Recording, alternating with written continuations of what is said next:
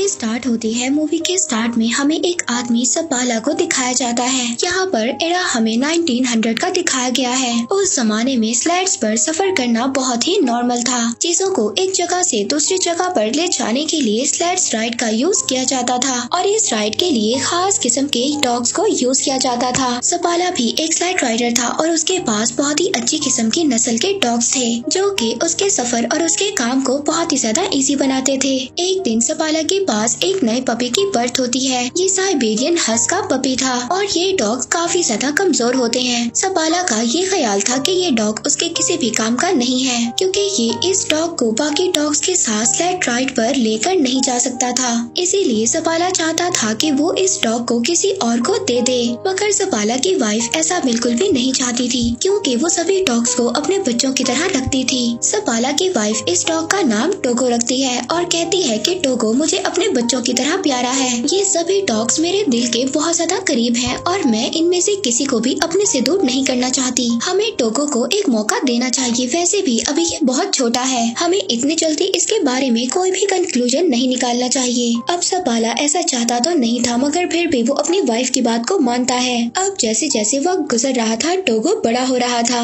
लेकिन टोगो काफी ज्यादा शैतान था और उसने सपाला के नाक में दम कर रखा था। सपाला की वाइफ हमेशा सपाला से यही कहती थी कि वो टोगो को अपने साथ स्लेड राइड पर लेकर जाए, मगर सपाला अपनी वाइफ से यही कहता है कि टोगो अभी बहुत ज्यादा वीक है और ये स्लेड राइड पर सरवाइव नहीं कर सकता। सपाला अब एक दिन टोगो को अपने फ्रेंड को दे आता है, मगर सपाला की वाइफ ये जानती थी कि टोगो जितना ज्यादा शैतान है उसको कोई भी नहीं रख सकता और अब होता भी ऐसे ही है। अगले दिन सपाला का फ्रेंड टोगो को वापस ले आता है और कहता है कि ये तुम्हारा डॉग बहुत ज्यादा शैतान है और इसे मैं अपने साथ नहीं रख सकता। और इस बात पर सपाला की वाइफ बहुत ज्यादा मुस्कुराती है क्योंकि टोगो वाकई शरारती था। सपाला जब भी अपने बाकी डॉग्स को राइड पर लेकर जाता था तो टोगो उसके पीछे आता था। हालांकि सपाला टोगो को फेंस के पीछे बांध दिया करता था, मगर फिर भी वो जमीन को खोदकर वहाँ से भाग जाता है और सीधा सपाला के पीछे जाता है। अब टोगो के आने से वो बाकी डॉग्स के साथ मस्ती करता है, जिस वजह से सपाला की प्रैक्टिस खराब हो जाती है जो वो अपने डॉग्स के साथ कर रहा था। एक दिन वो पानी में भी गिर जाता है। सपाला उसकी शरारतों से तंग आ गया था, इसलिए अब वो टोगो को रूम में बंद कर देता है, मगर टोगो वहाँ से भी किसी तरह से बाहर निकल आता है। अब एक दिन सपाला अपनी एक फीमेल फ्रेंड को कन्विंस करता है कि वो टोगो को अपने पास रख ले। सपाला की फ्रेंड बहुत ज्यादा स्ट्रिक्ट थी, वो ये कहती है कि टोगो को रूम में ही रहना होगा। खैर सपाला को इस बात से अब कोई भी मसला नहीं था। वो अपनी फ्रेंड के पास टोगो को छोड़कर वहाँ से चला जाता है, मगर उनके जाने के थोड़ी ही देर बाद टोगो वहाँ पर विंडो का शीशा तोड़ता है और बाहर आ जाता है और सीधा दोबारा से सपाला के पास आ जाता है। सपाला टोगो को देखकर बहुत ज्यादा परेशान हो जाता है। वो नोटिस करता है कि टोगो के हाथ भी जख्मी हो चुके हैं और उनसे खून निकल रहा है, इसीलिए अब वो टोगो को घर तक ले जाने के लिए स्लेड पर बिठाता है, मगर टोगो स्लेड पर नहीं बैठना चाहता था। वो बाकी डॉग्स के साथ भागना चाहता था। अब इतनी ज्यादा कोशिश करने के बाद भी जब टोगो स्लेड पर नहीं बैठता तो सपाला उसको बाकी डॉग्स के साथ बांध देता है। अब कुछ दूर जाने के बाद सपाला ये नोटिस करता है कि टोगो काफी ज्यादा एनर्जेटिक है और वो बाकी डॉग्स के निस्बत बहुत ज्यादा स्पीड से भागता है और अब इसीलिए सपाला टोगो को सबसे आगे बांध देता है। टोगो अपनी स्पीड से बहुत ही जल्दी सबको घर पहुंचा देता है। सपाला टोगो को देखकर बहुत ज्यादा खुश होता है और हैरान भी। वो आकर अपनी वाइफ को बताता है कि टोगो कितना स्पीड में भागा। वो अपनी वाइफ को ये भी बताता है कि ये एक लीड डॉग है। वो टोगो को देखकर बहुत ज्यादा खुश हो रहा था।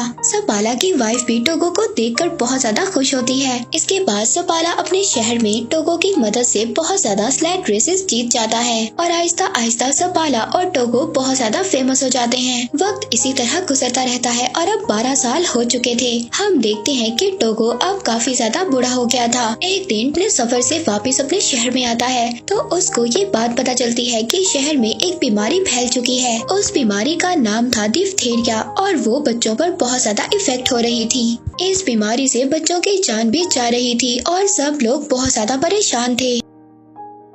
अब मेयर वहाँ पर एक मीटिंग बुलाता है जिसमें सपाला भी जाता है। मेयर बताता है कि इस बीमारी का एक एंटीडोट भी है जो यहाँ से 600 किलोमीटर दूर नेवाडा में है, लेकिन वहाँ पर जाना बहुत ज्यादा खतरनाक है क्योंकि एक बहुत बड़ा तूफान आने वाला है। मेयर वहाँ पर सपाला से भी मौसम के बारे में पूछता है तो सपाला उसको जवाब देता है कि जब मैं वापस आ रहा था तो मौसम को देखकर डॉग्स भी घबरा रहे थे और टोगो भी बहुत ज्यादा घबरा रहा था। टोगो ने काफी साल बाद कुछ ऐसा किया है और अगर वो मौसम से घबरा रहा था तो हमें भी घबराना चाहिए। इसके बाद सपाला वहाँ से चला जाता है। सपाला जब बाहर आता है तो एक डॉक्टर उससे लिफ्ट मांगता है। अब सपाला उसको अपनी स्लेड पर हॉस्पिटल छोड़ देता है। हॉस्पिटल में जाकर सपाला देखता है कि सब बच्चे बहुत ज्यादा बीमार हैं और अगर मेडिसिन ना लाई गई तो बच्चों की जान को भी नुकसान हो सकता है। अब ये सब देखकर सपाला सोच में पड़ जाता है। वो घर आकर अपनी वाइफ से कहता है कि मैं दवा लेने जरूर जाऊंगा। वो कहता है टोगो को भी मैं अपने साथ ले जाऊंगा। तब सपाला की वाइफ उससे कहती है कि टोगो अब 12 साल का हो चुका है और तुमने खुद ही कहा था कि टोगो अब इतना ज्यादा स्ट्रॉन्ग नहीं है और अब तो मौसम भी बहुत ज्यादा खराब है और मैं नहीं चाहती कि तुम उसकी मौत का रीजन बनो और तुम अपनी सारी जिंदगी इसी बात पर गुजार दो कि तुम्हारी वजह से टोगो मर गया। मगर सपाला तो टोगो के बगैर जाना ही नहीं चाहता था। वो अगली सुबह टोगो को लेकर अपनी वाइफ को गुड बाय बोलकर चला जाता है। अब जैसे जैसे सपाला और उसके डॉग्स आगे बढ़ रहे थे तूफान भी आगे बढ़ रहा था और हवा इतनी ज्यादा तेज थी सपाला को कुछ भी नजर नहीं आ रहा था। टोगो सबसे आगे था और सपाला अपने डॉग्स को आगे बढ़ने के लिए बोल रहा होता है क्योंकि इन्हें नेवाडा से मेडिसिन लेकर बहुत जल्दी वापस आना था। सपाला अपने डॉग्स के साथ बहुत ही गहरी ढलवान पर होता है। तभी टोगो वहाँ पर रुक जाता है लेकिन सपाला को कुछ भी समझ नहीं आ रहा था। सपाला जब आगे देखता है तो एक बहुत ही बड़ी खाई होती है। टोगो ने इस भयानक तूफान में भी उस गहरी खाई को देख लिया था और इसीलिए वो रुक गया था जिसकी वजह से सपाला और उसके बाकी डॉग्स की जान बच गई थी। तभी सपाला देखता है कि टोगो के पाँव में बहुत गहरी चोट लगी थी और उससे खून भी आ रहा था।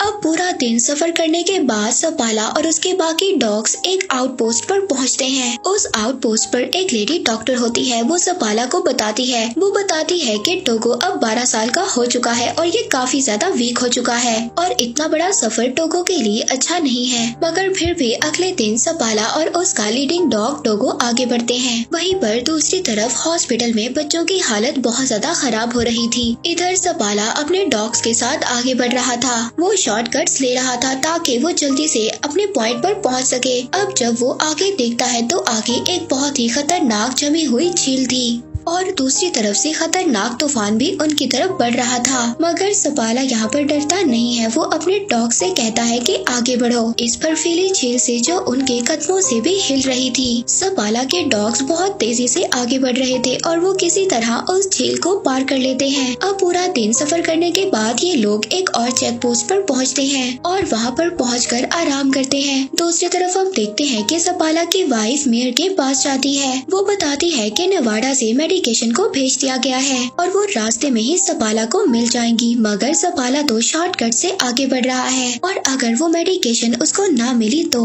उसका सफर और भी ज्यादा बड़ा हो जाएगा। वहीं पर दूसरी तरफ हम सपाला को देखते हैं जो पूरा दिन सफर करने के बाद एक और चेक पोस्ट पर पहुंचता है। टोगो की हालत बहुत ज्यादा खराब हो गई थी। टोगो फिर भी आगे बढ़ना चाहता है। वो रुकना नहीं चाहता। वो लीड करना चाहता है और अब ऐसा ही होता है। सपाला अपने शॉर्टकट से जा रहा था और अगर उसको वो आदमी ना मिला जो नेवाडा से मेडिकेशन ला रहा था तो सपाला के लिए उसका सफर और भी ज्यादा मुश्किल हो जाएगा। अब सपाला यहाँ पर बहुत ज्यादा थक गया था। उसकी आंखें बंद हो रही थी मगर उसके डॉग्स बिजली की तरह आगे बढ़ रहे थे। हम देखते हैं एक आदमी है जो नेवाडा से आया था। उसके पास ही दवा थी। वो आदमी रुकता है मगर सपाला अपने डॉग्स के साथ आगे बढ़ रहा था। वो आदमी उसको आवाज भी देता है लेकिन सपाला अपनी हिम्मत होशी में होता है। यहाँ पर बहुत तेज हवा भी चल रही थी जिसकी वजह से सपाला उस आदमी की आवाज को नहीं सुन पाता। मगर टोगो ने यहाँ पर कुछ तो सुन लिया था। उस आदमी को ऐसा लग रहा था कि सपाला ने उसकी कोई भी बात नहीं सुनी और वो ऐसे ही आगे चला गया। मगर तभी वो आदमी देखता है कि सपाला वापस आ रहा था क्योंकि टोगो वहाँ यहाँ पर रुक गया था और अब सपाला के पास वो दवा थी जिसकी वजह से वो इतनी ज्यादा दूर आया था। अब वो दोनों आगे जाकर एक चेक पोस्ट पर रुकते हैं। सपाला का दोस्त उससे कहता है कि टोगो को यहीं पर छोड़ दो। मैंने ऐसे इन खतरनाक तूफान में अपने बहुत ज्यादा डॉग्स को खोया है और मैं ये नहीं चाहता कि तुम भी अपने इतने प्यारे डॉग टोगो को खो दो। लेकिन सपाला इस बात से मना कर देता है। वो कहता है कि टोगो मेरा लीड डॉग है और मैं इसके बगैर सफर नहीं कर सकता। और दोबारा से सपाला अपने डॉग्स के साथ सफर शुरू कर देता है। दोबारा से उनके सामने वही झील आती है जिस झील को सपाला ने अपने डॉग्स के साथ कल पार किया था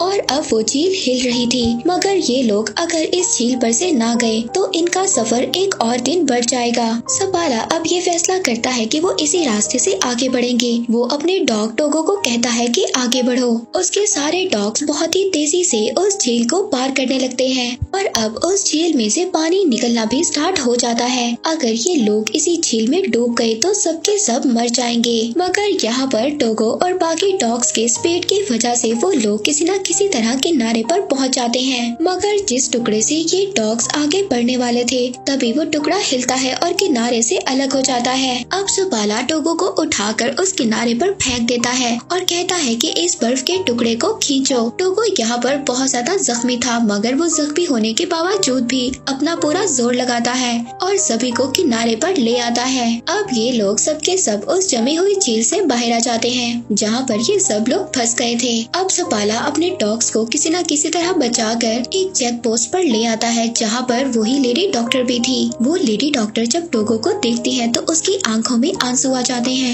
वो सपाला से कहती है कि तुम्हारा डॉग मर रहा है, इसकी हालत बहुत ज्यादा खराब है। वो यहाँ पर सपाला को भी उदास कर देती है क्योंकि टोगो सपाला को बहुत ज्यादा प्यारा था। अब सपाला रात गुजारने के बाद जब अगले दिन अपना सफर शुरू करता है तो वो टोगो को आगे नहीं बांधता बल्कि पीछे बांध देता है क्योंकि वो बहुत ज्यादा बीमार था और सफर भी नहीं कर सकता था। मगर फिर भी टोगो अपनी पोजीशन पर खड़ा हो जाता है। सपाला ये समझ जाता है कि टोगो अभी रेस्ट नहीं करना चाहता और वो अपनी जगह पर खड़ा होना चाहता है और ये अपना सफर खत्म करना चाहता है। वो टोगो को आगे बांध देता है जिसके बाद वो लोग अपना सफर शुरू करते हैं। आखिरकार कुछ घंटों के बाद तूफान इतना ज्यादा खतरनाक हो जाता है कि सपाला को कुछ भी नजर नहीं आ रहा था और न ही सपाला को रास्ता नजर आ रहा था। वो टोगो के पास जाता है और कहता है कि मुझे तो रास्ता नजर नहीं आ रहा, तुम्हें ही अब हमें रास्ता दिखाना होगा और नेक्स्ट पोस्ट तक जाना होगा। सपाला यहाँ पर अपने पूरे चेहरे को ढांप देता है जिसके बाद टोगो अब इनको आगे लेकर जाता है। मगर कुछ दूर जाने के बाद टोगो भी अब थक गया था। वो थक कर वहीं पर बैठ जाता है। अब सपाला उठकर टोगो के पास जाता है। वो टोगो से कहता है कि तुम्हें उठना होगा और हमें ये मेडिसिन लेकर जाना होगा और अगर हम आगे अपनी मंजिल तक ना बढ़े तो हम यहीं पर मारे जाएंगे। मगर टोगो उसकी बात का कोई भी रिस्पॉन्स नहीं कर रहा था। सपाला इस बात पर बहुत ज्यादा खुश था कि टोगो की वजह से उसकी जान बच गई। मगर टोगो उसकी बात का कोई भी रिस्पॉन्स नहीं कर रहा था। तभी एक आदमी लैंटर्न लेकर वहाँ पर आता है, यानी कि यहाँ पर टोगो ने अपना काम कर दिया था। उसने सपाला को चेक पोस्ट तक पहुँचा दिया था। वो ये देखकर बहुत ज्यादा खुश होता है क्योंकि टोगो की वजह से सबकी जान बच गई थी। अब सबके सब अंदर जाते हैं क्योंकि टोगो बहुत ही ज्यादा बेहाल होता है। उसकी हालत बहुत ज्यादा खराब होती है। यहाँ पर नाम का एक आदमी था जिसको सपाला की वाइफ ने भेजा था ताकि वो उस आउटपोस्ट पर पहुंचकर उस मेडिसिन को ले ले और जल्दी से उस मेडिसिन को लेकर वापस आ जाए जहां पर बच्चे बीमार हैं। रात को सबके सब रेस्ट करते हैं। इसके बाद सुबह को वो आदमी वो मेडिसिन लेकर निकल जाता है और कुछ ही देर के बाद वो नॉर्म सिटी पहुंच जाता है जहां पर एक रिपोर्टर उसका वेट कर रहा था क्योंकि ये बात न्यूयॉर्क सिटी तक पहुंच गई थी कि एक आदमी इतना बड़ा सफर तय कर बीमार बच्चों के लिए मेडिसिन लेने गया है। अब रिपोर्टर को ये लग रहा था शायद यही आदमी अपनी टीम के साथ वापस आया है और अब वो रिपोर्टर सपाला के बजाय उस आदमी का नाम अपनी न्यूज में छाप देता है। सपाला की वाइफ बहुत ही ज्यादा डिसअपॉइंट होती है। दूसरी तरफ टोगो भी काफी हद तक रिकवर हो जाता है। अब सपाला अपने डॉग्स के साथ नॉर्म सिटी पहुंच जाता है। वहाँ पर सपाला और टोगो को थैंक्स बोलने के लिए बहुत सारे लोग आते हैं। यहाँ पर वो बच्चे भी आते हैं जो सपाला की वजह से ठीक हो गए थे। वहीं पर एक बच्ची भी आती होती है वो टोगो को देखती है और पूछती है कि क्या ये मरने वाला है। तो सपाला इसकी ये बात सुनकर अपने घर से बाहर चला जाता है। तब उसकी वाइफ उसके पीछे जाती है। वो अपनी वाइफ से कहता है कि टोगो की आज जो भी हालत है वो मेरी वजह से है। टोगो 12 साल का था और उसे मुझे अपने साथ लेकर नहीं जाना चाहिए था। लेकिन उसकी वाइफ उससे कहती है कि क्या टोगो के अलावा कोई और भी था जो ये काम कर पाता। सपाला यहाँ पर खामोश हो जाता है क्योंकि वो ये जानता था कि टोगो के अलावा कोई भी ये काम ना कर पाता। अब इसके बाद हम देखते हैं कि अगली सुबह सपाला दोबारा से अपने डॉग्स के साथ प्रैक्टिस पर जा रहा था। अब टोगो जब ये देखता है तो वो भी बाकी डॉग्स के साथ बाहर जाना चाहता था। वो घर में नहीं रुकना चाहता था। अब सपाला इस बात को समझ आता है कि वो स्लाइड्स को नहीं खींचना चाहता था बल्कि वो तो सपाला के साथ टाइम गुजारना चाहता था।